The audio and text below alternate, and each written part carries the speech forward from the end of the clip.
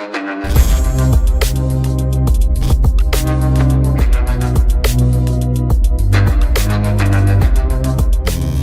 वालेकुम गाइस, कैसे हैं आप? उम्मीद करता हूं कि आप सब खैरियत से होंगे, खुश होंगे और हमारी दुआ है कि आप हमेशा खुश रहें, हंसते और मुस्कुराते रहें। मेरा नाम है रहमान अनवर और मैं हूं मोहम्मद और मैं हूं ज़फ़र इकबाल। और आज हम जिस वीडियो पर रिएक्ट करने जा रहे हैं, इस वीडियो का टाइटल है how can India get PoK back, history of PoK. तो देखते हैं भाई, पुरानी वीडियो है वैसे, लेकिन यह है कि इसमें काफ़ी उन्होंने भाई बताया है। तो अगर वीडियो पसंद आए तो लाइक सब्सक्राइब ज़रूर कीजिएगा और कमेंट में अपनी राय का इज़हार ज़रूर कीजिएगा। तो करते हैं वीडियो स्टार्ट। दोस्तों, आज हम बात करेंगे इंडिया के सबसे important geopolitical issue Pakistan occupied Kashmir के बारे में। कश्मीर हमेशा से ही इंडिया पाकिस्तान रिलेशन का एक अहम पहलू रहा है, खास करके तब जब गवर्नमेंट ने 5 अगस्त 2019 को प्रेसिडेंशियल ऑर्डर द्वारा आर्टिकल 370 को रिवोक किया। आर्टिकल 370 द्वारा जम्मू एंड कश्मीर को स्पेशल स्टेटस या लिमिटेड ऑटोनॉमी दी गई थी। पीओके जम्मू एंड कश्मीर का वो पार्ट है जो पाकिस्तान ने 1947 में वायलेंटली एनेक्स किया था। तब से इस एरिया को इंडिया द्वारा पीओके यानी पाकिस्तान ऑक्युपाइड कश्मीर कहा जाता है। 2.22 लाख स्क्वायर किलोमीटर में फैले जम्मू एंड कश्मीर पर 30% यानी 78,104 स्क्वायर किलोमीटर पाकिस्तान के अंडर है।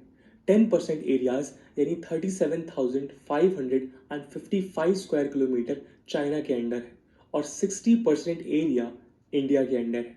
आइए आज हम इस वीडियो के माध्यम से पीओके इशू के हिस्ट्री पर नजर डालते हैं और जानते हैं कि इंडिया का इस पर स्टैंड क्या है और क्यों इंडिया पीओके को वापस नहीं ले पाया। इसी के साथ हम ये भी जानेंगे कि क्या इंडिया पीओके को एनेक्स कर सकता है। हम इसके इम्प्लीकेशंस और इंडिया के पास अवेलेबल ऑप्शंस की भी बात करेंगे। नमस्कार दोस्तों, मेरा नाम है आदर्श और स्वागत है आपका स्टडी आईक्यू में। पाकिस्तान ऑक्युपाइड कश्मीर एक ऑटोनमस टेरिटरी है जिसे पाकिस्तान ने 2 पार्ट्स में डिवाइड किया है। पहला है पाकिस्तान कंट्रोल्ड कश्मीर और दूसरा है गिलगिट बाल्टिस्तान।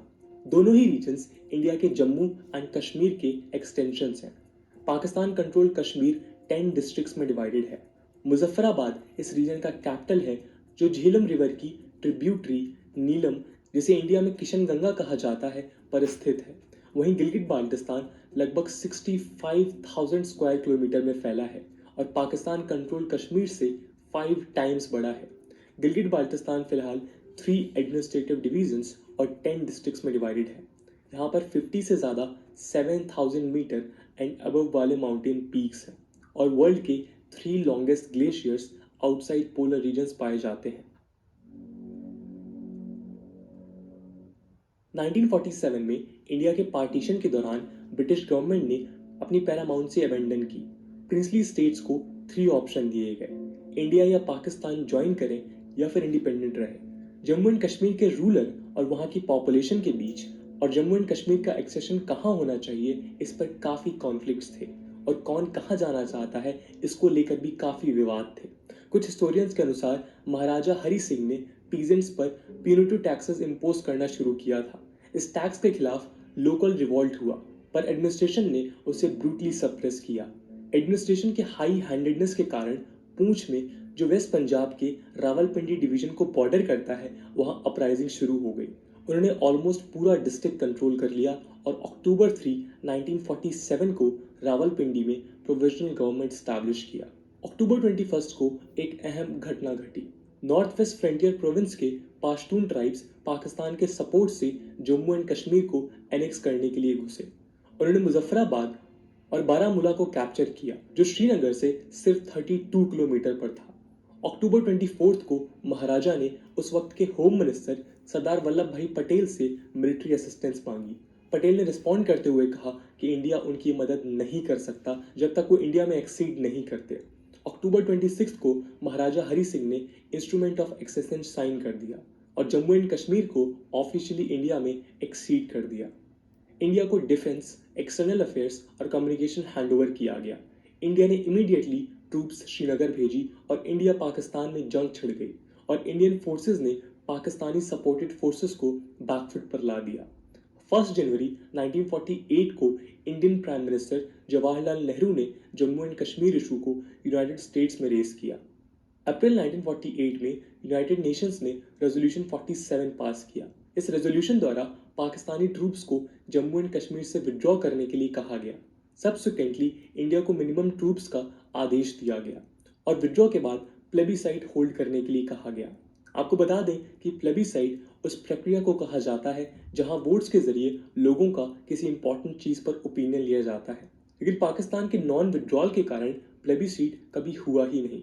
फाइनली 1949 में कराची एग्रीमेंट द्वारा सीज फायर लाइन एस्टैब्लिश हुआ और दोनों साइड्स ने अपना एग्जिस्टिंग पोजीशन मेंटेन किया, जो रफली modern day line of control से मैच करता है। कुछ सालों बाद 1963 में सिनो पाकिस्तान एग्रीमेंट के तहत पाकिस्तान ने 5000 स्क्वायर किलोमीटर के ट्रांस काराकोरम ट्रैक्ट या शाशगम ट्रैक्ट को चाइना को गिफ्ट किया।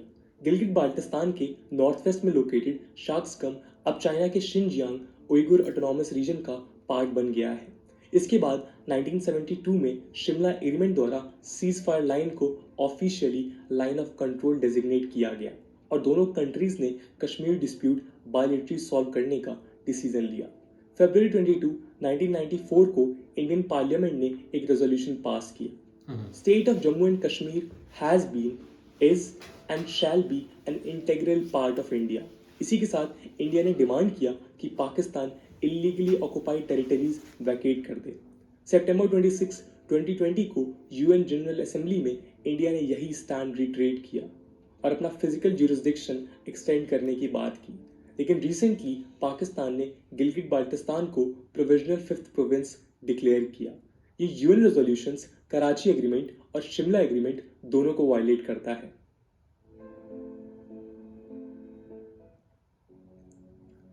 पीओके इंडिया के लिए काफी इंपॉर्टेंट है और इसके कई रीजंस हैं। स्ट्रैटेजिकली पीओके कई कंट्री से बॉर्डर शेयर करता है, जैसे वेस्ट में पाकिस्तान, नॉर्थ वेस्ट में वखान कॉरिडोर अफगानिस्तान और नॉर्थ में शिनजियांग चाइना, और साथ ही साथ ईस्ट में इंडिया के साथ जम्मू एंड कश्मीर में। Geographically PoK fresh water resources और नेचुरल रिसोर्सेज से अबंडेंट है। हाइड्रो इलेक्ट्रिक पोटेंशियल के साथ मीरपुर और मुजफ्फराबाद में गोल्ड, कोल, चौक, ग्रेफाइट, बॉक्साइट अवेलेबल है। जियोपॉलिटिकल इंपॉर्टेंस की बात करें तो चाइना ने $50 बिलियन इन्वेस्ट करके China Pakistan economic corridor establish किया है, जो पीओके से पास होता है और ये इंडिया के सोवर्निटी पर मेजर थ्रेट है। इसी के साथ गिलगिट वाया अफगानिस्तान इंडिया के लिए गेटवे टू सेंट्रल एशिया और इंटरनेशनल नॉर्थ साउथ कॉरिडोर का इंपॉर्टेंट लिंक बन सकता है। इंडिया के कंसंट्रेटेड एफर्ट्स के बावजूद हम पीओके को कैप्चर नहीं कर पाए हैं। इसके कई रीजंस हैं।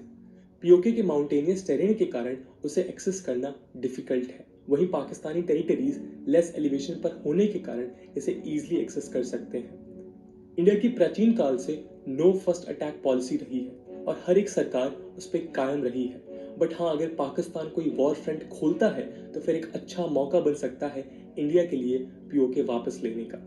पीओके में कई जिहादिस्ट और extremist factions anti India sentiments और प्रो पाकिस्तान सेंटिमेंट्स रखते हैं। इसके अलावा यहाँ की एथनिकली नॉन कश्मीरी पॉपुलेशन अपने आप को कश्मीर से रिलेट नहीं कर पाती। इस कारण इंडिया के लिए इतने सालों बाद इनका सपोर्ट स्टैब्लिश करना भी टफ हो सकता है। अगला रीजन है चाइना का one belt and one road initiative और सीपीईसी इनिशिएटिव। अगर इंडिया पीओके में इंट्रूड करता है तो हमें चाइनीज एग्रेशन का सामना भी करना पड़ सकता है। फाइनली पाकिस्तान, इंडिया और चाइना तीनों न्यूक्लियर पावर्ड कंट्रीज हैं। Nuclear threat initiative NTI security index report के अनुसार पाकिस्तान के पास लगभग 280 kgs का weapon grade plutonium stock pile है। न्यूक्लियर रिटेलिएशन और पॉसिबल वॉर दुनिया भर के लिए एक हेडेक हो सकता है और इस पूरे रीजन के पीस को हिंडर कर सकता है। इसलिए भी पीओके को मिलिटरीली कैप्चर करना एक मेजर चैलेंज रहा है। न्यूक्लियर वेपन्स के इमरजेंस ने दुनिया भर के देशों को किसी भी तरह के वॉर में एंगेज होने से सेटर किया है। फॉर एग्जाम्पल, चाइना ताइवान को अपनी टेरिटरी मानता है, लेकिन यूएसए के ताइवान को सपोर्ट की वजह से उसने आज तक इसे मिलिटरीली कैप्चर करने के प्लान को बैक बर्नर में रखा है। इंडिया को अपना स्टैंड मजबूत करने के लिए कई इंपॉर्टेंट स्टेप्स लेने होंगे। पहला ऑप्शन है कि इंडिया एक PoK administration in exile setup कर सकती है, जिसमें पीओके रेफ्यूजीज पार्टिसिपेट करेंगे। इस स्टेप से पीओके रेफ्यूजीज को एक प्लेटफॉर्म मिलेगा अपने ग्रीवियंस वॉइस करने के लिए और वो एडमिनिस्ट्रेशन का पार्ट भी बन सकते हैं।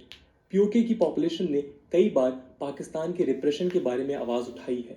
इंडिया इस पॉपुलेशन का सपोर्ट पीओके के रेफ्यूजीज के थ्रू गेन कर सकता है और पाकिस्तान को ग्लोबल लेवल में एलिमिनेट कर सकता है, जो पीओके पर अपने स्टैंड को मजबूत करने में मददगार हो सकता है। इसके अलावा जम्मू एंड कश्मीर के लेजिस्लेटिव असेंबली में 24 सीट्स पीओके के लिए रिजर्व है, जो फिलहाल वैकेंट है। Jammu and Kashmir reorganisation act 2019 के तहत जब तक पाकिस्तान इसको वैकेट नहीं करता और पीओके में इलेक्टेड रिप्रेजेंटेटिव्स अपॉइंट नहीं होते, तब तक ये सीट्स वैकेंट रहेंगी। इस एक्ट को अमेंड करके सीट्स भरी जा सकती हैं और पीओके का डेमोक्रेटिक पार्टिसिपेशन हो सकता है। वहीं गिलगित बाल्टिस्तान के लोग भी काफ़ी निगलेक्टेड फील करते हैं। उन्हें अब तक पाकिस्तान में फुली इंटीग्रेट नहीं किया गया है और वो काफ़ी डिस्क्रिमिनेशंस भी फेस करते हैं। इसी के साथ बढ़ते चाइनीज प्रेजेंस के कारण लोकल फियर करते हैं कि उनकी टेरिटरी चाइना को सौंप दी जाएगी। इस कारण इंडिया एडवांटेजियस पोजीशन में होगी अगर गिलगित बाल्टिस्तान रिप्रेजेंटेटिव और प्रो इंडिया एक्टिविस्ट को इंडिया में रहने का इनविटेशन दिया जाए। मोस्ट इंपॉर्टेंटली, इंडिया को चाइना के साथ ओपन डायलॉग इनिशिएट करना चाहिए। इस स्टेप के द्वारा हम गिलगित में सीपीईसी इन्वेस्टमेंट्स को एड्रेस कर सकते हैं। हालांकि ये कितना प्रॉफिटेबल होगा वो काफ़ी डिबेटेबल है, क्योंकि पाकिस्तान ने हमेशा से एंटी इंडिया इंसर्जेंट्स को सपोर्ट किया है। इसके अलावा अफगानिस्तान तालिबानी इंसर्जेंसी के कारण पॉलिटिकली अनस्टेबल है। यूएसए के विड्रॉल के बाद अगर अफगानिस्तान में एक प्रो इंडिया गवर्नमेंट पावर में आती है तो इंडिया को काफ़ी बेनिफिट्स हो सकते हैं। अगर इंडिया अफगानिस्तान को मिलिट्री सपोर्ट एक्सटेंड करता है तो पीओके को कैप्चर करने में भी आसानी होगी। फाइनली, ग्लोबल सपोर्ट इंडिया के सभी मूव्स के लिए इंपॉर्टेंट है। अगर हम अफगानिस्तान में यूएसए की मदद करें तो यूएसए अफगानिस्तान से क्विकली विड्रॉ कर सकता है और उन्हें इंडिया के रूप में एक रीजनल पावर मिल जाएगा। बदले में यूएसए इंडिया को पीओके पर ग्लोबल सपोर्ट दिलाने में हेल्प कर सकता है। चाइना पाक नेक्सस के अगेंस्ट इंडिया ऑलरेडी यूएसए के साथ क्वाड में इंगेज कर रहा है। क्वाड के साथ इंप्रूविंग रिलेशंस को भी इंडिया ग्लोबल लेवल पर लेवरेज कर सकता है। 78,000 स्क्वायर किलोमीटर के इस पार्ट को इंडिया अगर मेयरली एक्वायर करता है तो ये गारंटी नहीं है कि लास्टिंग पीस इंश्योर होगा। इंडिया ऑलमोस्ट 35% बजट डिफेंस पर स्पेंड करता है, जिसका majority share Jammu and Kashmir में जाता है। ये डिफेंस बजट कश्मीर इंसर्जेंट्स और पाक सपोर्टेड टेररिस्ट को काउंटर करने के लिए होता है। अगर हम पीओके को मिलिटरीली एक्वायर करेंगे तो इसका इकोनॉमिक कॉस्ट बढ़ सकता है, क्योंकि इंसर्जेंसी एक मेजर प्रॉब्लम है जिसको एड्रेस करना ज़रूरी है। इस मिलिट्री एक्विजिशन से नेशनल रिसोर्सेज डाइवर्ट हो सकते हैं, जिसका direct impact rest of India के डेवलपमेंटल एक्टिविटीज़ पर पड़ेगा। फाइनली, आर्टिकल 370 के रिवोकेशन के बाद ये बेटर होगा कि इंडिया पहले जम्मू एंड कश्मीर को स्टेबलाइज और डेवलप करे। यहाँ का डेवलपमेंट और पीपल सपोर्ट इंडिया को पीओके को वापस कंट्रोल करने में काफ़ी मददगार साबित होगा और फ्यूचर पीस इंश्योर करने में भी हेल्पफुल हो सकता है। इन टोटलिटी, सभी रीजनल पार्टीज और स्टेक होल्डर्स को एक्टिवली डिसीजन मेकिंग में इन्वॉल्व करके भी हम पीओके पर एक यूनाइटेड नेशनल स्टैंड ले सकते हैं। दोस्तों, आपका क्या ओपिनियन है? इन बताए गए मेथड्स के अलावा और ऐसे कौन से स्टेप्स हैं जो हमें मदद कर सकते हैं पीओके को वापस पाने में? और यहाँ पे जो भी पॉइंट्स हमारे द्वारा मेंशन हैं उसमें क्या क्या डिबेट के पॉइंट्स उठ सकते हैं, कमेंट सेक्शन में बताना मत भूलिएगा। आज की वीडियो के लिए इतना ही। आई होप आपको वीडियो पसंद आई होगी और अगर पसंद आई है तो अपने दोस्तों के साथ शेयर। हाँ जी गाइज, तो जैसा कि आप वीडियो देख रहे थे, बिल्कुल यहाँ पर अगर देखा जाए तो भाई इंडिया कैसे वापस ले सकता है, बिल्कुल जो भाई ने पॉइंट उठाए ये तकरीबन काफ़ी पुरानी वीडियो है, लेकिन ये कि इसमें से काफ़ी तकरीबन 1 साल पुरानी होगी या इससे भी ज़्यादा। तो वो जो पॉइंट भाई बता रहा है ना, तकरीबन वो काफ़ी हद तक अब पॉइंट तो कंप्लीट भी हो चुके हैं और इंडिया की तरफ काफ़ी जाते हुए वो भाई पॉइंट नज़र आ रहे हैं। लेकिन ये है कि जो पहला वार भाई इंडिया नहीं करेगा, बस उससे ही भाई बचा हुआ है जो पीओके, क्योंकि यहाँ पर अगर पाकिस्तान कोई स्टेप लेता है ना, फिर भाई काफ़ी हद तक वो अपना इस देखा पर जाए ना, अब पीओके में इतनी पहले भी आवाज़ें उठती हैं कि हमें इतनी सहूलत नहीं दी जा रही, उधर बॉर्डर पार काफ़ी एक उनको काफ़ी सहूलतें भी दी जा रही हैं। आपने वीडियो भी देखी होगी, 1 साल में काफ़ी आपने वीडियो शायद देखी होंगी। तो लोग, अगर आप एक सहूलतें नहीं देंगी तो ये एक मतलब के बोल रहे हैं आज़ाद कश्मीर, ये एक इंडिया का भी है पाकिस्तान का भी है, तो लोग जब आवाज़ें उठती हैं तो एक अगर वो मतलब कि ज़बरदस्ती नहीं ले सकते तो वो एक कानून के ज़रिए तो ले ही सकते हैं ना बिल्कुल आपसे। ये चीज़ तो है जब भाई। लोग उधर से आवाज़ें उठाएंगे तो ऐसा नहीं, देखा जा मेन रहा है काफ़ी। यहाँ पे आप देखो ना, जिस तरह अनस्टेबिलिटी हुई हुई है पाकिस्तान के अंदर, तो अब एक सुनहरी मौका है अगर देखा जाए तो। लेकिन यह है कि उसमें भी आप देखो किस हद तक जो है ना वो कश्मीर के लोग इस चीज़ के ऊपर आवाज़ उठाते हैं। तो उसके लिए काफ़ी एक कंपेन की ज़रूरत है, क्योंकि उसका अभी तक रिजल्ट ऐसे ही आ जाना था जिस तरह अब लास्ट वहाँ पे इलेक्शन हुए वहाँ से ही पता चल जाना था कि किस हद तक लोग क्या चाहते हैं। तो अभी तक 50-50 है। अभी आप ये कह लें कि अभी तक लोगों का कोई माइंड, हाँ, आने वाले वक्त में कुछ नहीं कह सकते कि वो किस तरफ जो है ना वो चले जाएं चले भाई, जाएं या क्योंकि क्या करते हैं, अब उनके साथ सलूक ही ऐसा हो रहा है या हाँ। क्या कर रहे हैं लेकिन भाई, ये कुछ कि भी हो उस सकता हद है। तक अभी दरमियान में बहुत सारी वीडियो आती हैं कि वहाँ के लोगों की, हम जो है ना वो बिल्कुल यहाँ पे बेबस हैं, बहुत सारी चीज़ें हैं। लेकिन ये है कि वो आप ये कह लें कि वो 10% 5% लोग हो गए, लेकिन मज़ा तब आना जब तक कम से कम जो है ना वो 70-80% जो है ना वो लोग इस चीज़ के ऊपर आवाज़ उठाएंगे। तो वो इतनी जल्दी नहीं है, लेकिन उसके लिए अब इस साइड पे अगर देखें तो वो फैसिलिटेट भी उस हवाले से नहीं उनको कर रहे बेचारों को, जिस हद तक जो है ना वो करना चाहिए। तो क्योंकि बहुत सारी चीज़ों की जो ज़रूरत है ना वो अभी कश्मीर के लोगों को नहीं मिली हुई, जो मतलब अब दूसरी साइड पे देखें तो वहाँ पे स्टार्ट हुआ हुआ काम जो है ना वो धड़ाधड़ चल भी रहा है। जब कभी हम टनल देख रहे हैं, कभी और वहाँ पे रेलवे का वो देख रहे हैं हम, एक चिनाब के ब्रिज जो है ना वो जिस तरह वो बड़ी बहुत बड़ा बनाया है। और उसके अलावा बहुत सारे व्लॉग हमने देखे हैं जिसमें लोग बहुत हद तक जो है ना वो पता ही नहीं लगता कि वहाँ पे जो जिस तरह के हालात हमने देखे हैं वहाँ पे मौजूद हो। तो इस हवाले से ऑप्शन तो ठीक है, बहुत हैं, लेकिन ये कि अब ज़ाहिर बात है दोनों मुल्कों के लिए ये एक बहुत बड़ा मसला बना हुआ है। दोनों मुल्क जो है ना वो अब जिस तरह अब पाकिस्तान ने ट्रेड बंद की हुई तो उसके दरमियान भी यही एक मसला है। अगर आई ट्रेड खुली होती तो फिर काफ़ी हद तक पाकिस्तान को सपोर्ट होती इंडिया की तरफ से, लेकिन वो बजाय अपना नुकसान उठा रहे हैं, लेकिन वो ट्रेड जो है ना वो नहीं ओपन कर रहे। उसकी वजह भी दरमियान में वही है, वो एक अना का मसला बना हुआ है कि जब तक वो 370 वाला मामला है, लेकिन वो जो हटना हट गया वो दोबारा तो नहीं, लेकिन ये कि उसके लिए एक शॉर्ट टर्म इनको जो है ना वो कोई ना कोई स्टेप लेना चाहिए और इसका कोई ना कोई हल। लेकिन ये कि लगता नहीं है कि इतनी जल्दी कोई इसके ऊपर इम्प्लीमेंट, लेकिन ये कि बहुत सारी आवाज़ें इंडिया की तरफ से उठ रही हैं कि हम जो है ना वो हमारा टारगेट है 2023-24 में कि हम कुछ ना कुछ बड़ा करेंगे।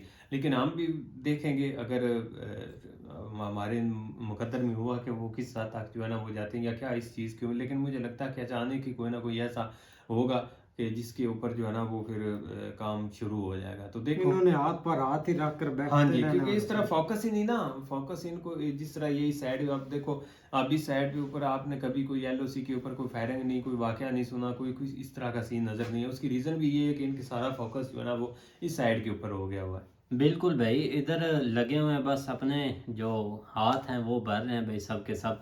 तो खैर भाई, उम्मीद करते हैं कि गाइज आपको वीडियो पसंद आएगी। अगर पसंद आए तो लाइक सब्सक्राइब ज़रूर कीजिएगा और कमेंट में अपनी राय का इज़हार ज़रूर कीजिएगा।